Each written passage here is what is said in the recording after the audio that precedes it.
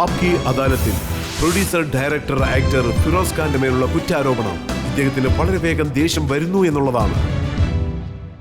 Firoz Khan sir, താങ്കളുടെ റെപ്യൂട്ടേഷനാണിത്. ഇതിന്റെ സത്യം എന്താണെന്ന് പറയൂ. വളരെ തിളയ്ക്കുന്ന രക്തമാണ്. ആരെങ്കിലും ഒരു ചെറിയ കാര്യം പറഞ്ഞാൽ തന്നെ പെട്ടെന്ന് ദേഷ്യം വരുന്നു.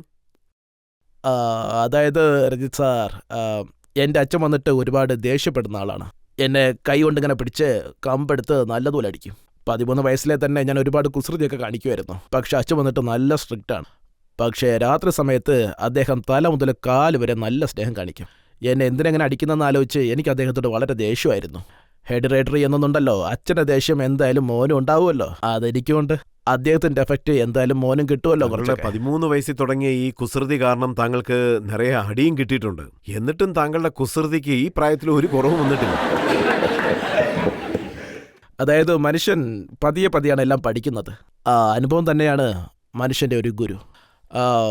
ജീവിതത്തിൽ ഞാൻ പഠിച്ച കാര്യങ്ങളെല്ലാം തന്നെ എൻ്റെ അനുഭവത്തിൽ നിന്നാണ്. അറിവ് തേടാനുള്ള ആഗ്രഹം, വിദ്യാഭ്യാസം ആൻഡ് ദൈവത്തിൻ്റെ അനുഗ്രഹം, ഈ 3 കാര്യങ്ങളാണ് എന്നെ ജീവിതത്തിൽ മുന്നോട്ട് നയിച്ച പ്രധാനപ്പെട്ട കാര്യങ്ങൾ.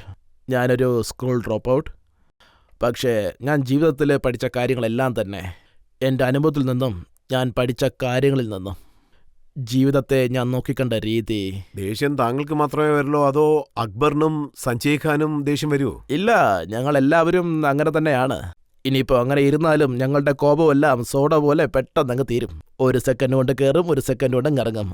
അതാണ് ഞങ്ങളുടെ. താങ്കൾ പറഞ്ഞ ആ വാക്കുകൾ കേട്ട് അക്ബർ ഖാൻ ശരിക്കും ദേഷ്യത്തിലായിരുന്നു. ഇദ്ദേഹത്തെ ഇനി ഞാൻ കറാച്ചിയിലേക്ക് കൂട്ടിക്കൊണ്ട് പോകില്ലെന്ന് അദ്ദേഹം പറഞ്ഞു. ഇത് എല്ലാം തന്നെ വളരെ തെറ്റായിട്ടുള്ള കാര്യങ്ങളാണ്. നടന്ന എല്ലാ കാര്യങ്ങളും തന്നെ ഞാൻ നിങ്ങളോട് പറഞ്ഞു കഴിഞ്ഞു. അതായത് പറയുകയാണെങ്കിൽ chief minister of Punjab Pervaiz Elahi എന്നെ റെഡ് ഫോർട്ടില് വളരെ സ്നേഹത്തോടെ തന്നെയാണ് ക്ഷണിച്ചത്. അതെനിക്ക് സന്തോഷമുണ്ടാകുന്ന കാര്യമാണ്. ഇവിടെ വന്നിരുന്ന ഒരു ന്യൂസ് പേപ്പറിലെ സ്റ്റേറ്റ്മെന്റ് ഞാൻ വായിച്ചു. അതിൽ അക്ബർ ഖാൻ ഇങ്ങനെ പറഞ്ഞതായിട്ടാണ് എഴുതിയിരിക്കുന്നത്. അതായത് ഫിറോസ് ഖാൻ പറഞ്ഞത് അദ്ദേഹത്തിന്റെ വ്യക്തിപരമായ കാര്യങ്ങളാണ്, അതും ഞങ്ങൾക്ക് ബന്ധമില്ലെന്നും. അക്ബർ അത് പറഞ്ഞിട്ടുണ്ടായിരിക്കണം.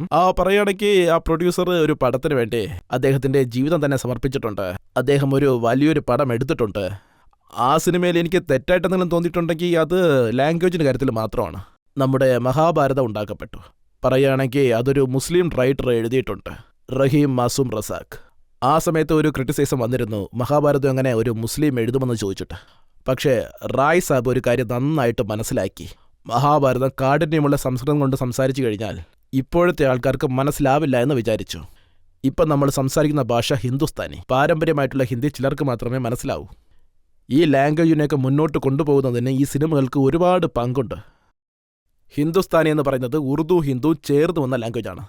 അതുകൊണ്ട് എനിക്കെന്താ തോന്നിയെന്ന് വെച്ചാൽ ആ സിനിമ കുറച്ച് വീക്കായിപ്പോയി, റിലീസ് ഡേറ്റും കുറേ അധികം മാറിപ്പോയി. അതായത് പാവം അക്ബർ നല്ലൊരു ഫിലിം മേക്കറാണ്, അതുമല്ല നല്ലൊരു സിനിമയും അദ്ദേഹം നേരത്തെ എടുത്തിട്ടുണ്ട്. അദ്ദേഹമാണെങ്കിൽ പാകിസ്ഥാനിലോട്ട് പോയപ്പോൾ, അതായത് ഒരു പ്രത്യേക സാഹചര്യത്തിൽ അദ്ദേഹം അവിടെ കുടുങ്ങിപ്പോയി.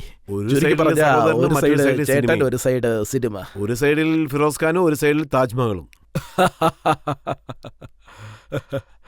പക്ഷേ ഇക്കാര്യം സത്യമാണോ? താങ്കൾ നേരത്തെ പറഞ്ഞിരുന്നത് പോലെ മുഖ്താർ അബ്ബാസ് നഖ്വി, BJP ലീഡർ, അദ്ദേഹം താങ്കൾക്ക് സപ്പോർട്ടായിട്ട് സ്റ്റേറ്റ്മെന്റ് നൽകി. അതുകൊണ്ട് അക്ബർ ഖാൻ അദ്ദേഹത്തോട് ദേഷ്യപ്പെട്ടു, അദ്ദേഹത്തിന്റെ പേരിൽ കേസ് കൊടുക്കുമെന്ന് അക്ബർ ഖാൻ പറഞ്ഞു. അതിനെന്താ കാരണം എന്ന് വെച്ചാൽ നഖ്വി സാറിന്റെ വേറൊരു ലൈൻ ഉണ്ടായിരുന്നു. ആദ്യം അദ്ദേഹം ഞാനൊരു നാഷണലിസ്റ്റ് എന്ന് പറഞ്ഞു. ഞാൻ നാഷണലിസ്റ്റ് ആണെന്ന് ഒരു അഭിമാനത്തോടെ പറയാൻ സാധിക്കും. അത് ഞാൻ പാകിസ്ഥാനിനും പറയുകയുണ്ടായി. അപ്പൊ ഞാൻ ഇന്ത്യയിൽ പറയില്ലെന്നാണോ? പക്ഷേ പാകിസ്ഥാൻ വെറുപ്പ് കൊണ്ടുണ്ടായ നാടാണെന്ന് ഞാൻ പറഞ്ഞതേയില്ല. അദ്ദേഹത്തിന്റെ സെക്കൻഡ് സ്റ്റേറ്റ്മെന്റ്, ആ കട്ടിങ്സ് ഞാൻ കൊണ്ടുവന്നിട്ടുണ്ട്, അതും എൻ്റെ കയ്യിലുണ്ട്. നഖ്വി സാറ് പറഞ്ഞത്, ഞാനിവിടെ എല്ലാ സത്യങ്ങളും കൊണ്ടുവന്നിട്ടുണ്ട്. ഒരു ആങ്കർ എന്ന രീതിയിൽ നിങ്ങളോട് ഞാൻ നല്ല റെസ്പെക്റ്റ് കാണിക്കുന്നുണ്ട്. അതുമാത്രമല്ല, ഞാൻ നിങ്ങളുടെ ഒരു വലിയ ഫാനുമാണ്. അക്ബർ അതുകൊണ്ടാണ് ദേഷ്യപ്പെട്ടത് തന്നെ. ഇത് എന്ത് സ്റ്റേറ്റ്മെന്റ് എന്ന് ചോദിച്ചിട്ട്. ശരി, നിങ്ങളതിനെ അഭിനന്ദിച്ചു, ഞാനതിന് നന്ദിയും പറയുന്നു. നഖ്വി സാർ ഞാനൊരു നാഷണലിസ്റ്റ് എന്ന് പറഞ്ഞു, അതിന് ഞാൻ നന്ദിയും പറയുന്നു. പക്ഷേ വേറൊരു നാടിനെ കുറ്റം പറഞ്ഞ് ഞാൻ ഒരിക്കലും ഒരു നാഷണലിസ്റ്റ് ആവില്ല. എൻ്റെ നാടിനെ ഓർത്ത് എനിക്ക് അഭിമാനമുണ്ട്. അതുപോലെ തന്നെ വേറൊരു നാട് നല്ലത് ഇത്, അതിനെ ഞാൻ അഭിനന്ദിച്ചേ പറ്റൂ. ഒരു പക്ഷേ തെറ്റ് സംഭവിക്കുകയാണെങ്കിൽ അത് എടുത്തു പറഞ്ഞ് അവരെ മനസ്സിലാക്കിപ്പിക്കണം. ഞാനൊരു സ്വതന്ത്രനായ മനുഷ്യനാണ്, എനിക്ക് സംസാരിക്കാനുള്ള റൈറ്റ്സ് ഉണ്ട്. പാകിസ്ഥാനിലെ ജനങ്ങളെ ഞാൻ അത്രയും സ്നേഹിക്കുന്നുണ്ട്. അവരെനിക്ക് അത്രമാത്രം റെസ്പെക്ട് തന്നിട്ടുണ്ട്, അവരെന്നെ അത്രമാത്രം സ്നേഹിക്കുന്നുണ്ട്. അത് ഓർത്താൽ തന്നെ എൻ്റെ കണ്ണിൽ കണ്ണീര് നിറയും.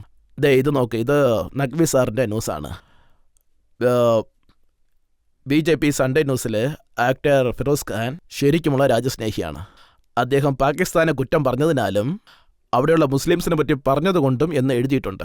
ഇതൊന്നും ഞാൻ പറഞ്ഞിട്ടേ ഇല്ല. അങ്ങനെയാണെങ്കിൽ താങ്കൾ പറഞ്ഞ കാര്യങ്ങളിൽ ചില മാറ്റങ്ങൾ വരുത്തി കുറച്ച് മസാലയെല്ലാം ചേർത്തിരിക്കുക. അതെ, സത്യമാണ്. എന്തളവിൽ മസാല ഇട്ടിരിക്കുന്നെന്ന് ചോദിച്ചാ അത് കഴിച്ചവരുടെ വായെല്ലാം എരിഞ്ഞുപോയി. താങ്കളുടെ നാക്ക് നേരിയതുപോലെ പാകിസ്ഥാൻകാർക്ക് എരിവ് കയറി. അതെ, എരിവ് കൂടി.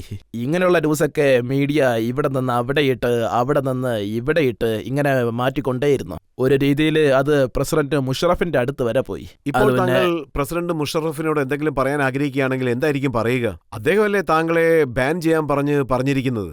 എന്നോട് ചോദിച്ചാൽ അത് അദ്ദേഹത്തിന്റെ റൈറ്റ്സ് ആണ്. അത് ശരിയെന്ന് ഞാൻ ഒരിക്കലും തന്നെ പറയില്ല. എന്താന്ന് വെച്ചാ ഞാൻ പ്രസിഡന്റ് മുഷറഫിന്റെ നല്ലൊരു ഫാനാണ്. അദ്ദേഹം ഒരു മിലിറ്ററി ലീഡർ മാത്രമല്ല, നല്ലൊരു രാഷ്ട്രീയക്കാരനുമാണ്. പാകിസ്ഥാനെ പറ്റി നല്ലൊരു വിഷനും അദ്ദേഹത്തിനുണ്ട്. താങ്കൾ അദ്ദേഹത്തെ ഓർമ്മപ്പെടുത്തിയില്ലേ? താങ്കളാണ് ആദ്യത്തെ പ്രൊഡ്യൂസറും ഡയറക്ടറും, അതായത് ഒരു പാകിസ്ഥാൻ പെണ്ണിന് ഹിന്ദി സിനിമയിൽ പാടാൻ ചാൻസ് കൊടുത്തത്. എനിക്ക് അവസരം കിട്ടുകയാണെങ്കിൽ, ഇൻഷാല്ലാ അവസരം കിട്ടുകയാണെങ്കിൽ ഉറപ്പായിട്ടും ഞാൻ അതിനെപ്പറ്റി ഓർമ്മപ്പെടുത്തിയിരിക്കും. രഞ്ജിത്ത് സാർ, അതിൽ യാതൊരു സംശയവും വേണ്ട. ഉറപ്പായിട്ടും ഞാൻ അദ്ദേഹത്തെ എവിടെയെങ്കിലും മീറ്റ് ചെയ്യും. പറയുകയാണെങ്കിൽ അദ്ദേഹത്തിന്റെ അടുത്ത് വളരെ ഗൗരവമായിട്ട് ഈ കാര്യങ്ങളെല്ലാം കൊണ്ട് എത്തിച്ചിട്ടുണ്ട്. ഞങ്ങളുടെ റെക്കോർഡ്സിലുണ്ട് 1980 താങ്കൾ നാസിയാസിനെ ഇൻവൈറ്റ് ചെയ്തിരിക്കുകയാണ്. അതെ, ആദ്യമായിട്ട് എൻ്റെ സിനിമയിൽ ഡബിൾ ട്രാക്ക് യൂസ് ചെയ്തു. വോയിസിൽ നേസിയയുടെ സിംഗിങ്ങിൽ നേസൽ ക്വാളിറ്റി ഉണ്ടായിരുന്നു. ആദ്യമായിട്ട് ഡബിൾ ട്രാക്ക്, 24 ട്രാക്കും ഡബിൾ ട്രാക്കായിരുന്നു. നേസിയ സെൻസേഷനായി അതിന് ശേഷം. ഇപ്പോൾ ഈ കോൺട്രവേഴ്സിയെക്കുറിച്ച് ജനങ്ങൾ എന്താണ് ചിന്തിക്കുന്നത്, അവരുടെ അഭിപ്രായം എന്താണെന്ന് ചോദിക്കാം. താങ്കൾ ലാസ്റ്റ് റോയിൽ നിങ്ങൾ ചെയ്തത് ശരിയാണ്. നിങ്ങൾ എല്ലാ സത്യങ്ങളും പറഞ്ഞു കഴിഞ്ഞു. നിങ്ങളുടെ സോളിഡാരിറ്റി പ്രൂവ് ചെയ്ത് കാണിക്കാൻ വേണ്ടിയാണ് ഞങ്ങൾ എല്ലാവരും ഇവിടെ കാത്തിരുന്നത്. Thank you. ആരും പറയാത്ത സത്യങ്ങൾ നിങ്ങൾ അവരോട് ഡയറക്റ്റായിട്ട് പറഞ്ഞിട്ടുണ്ട്.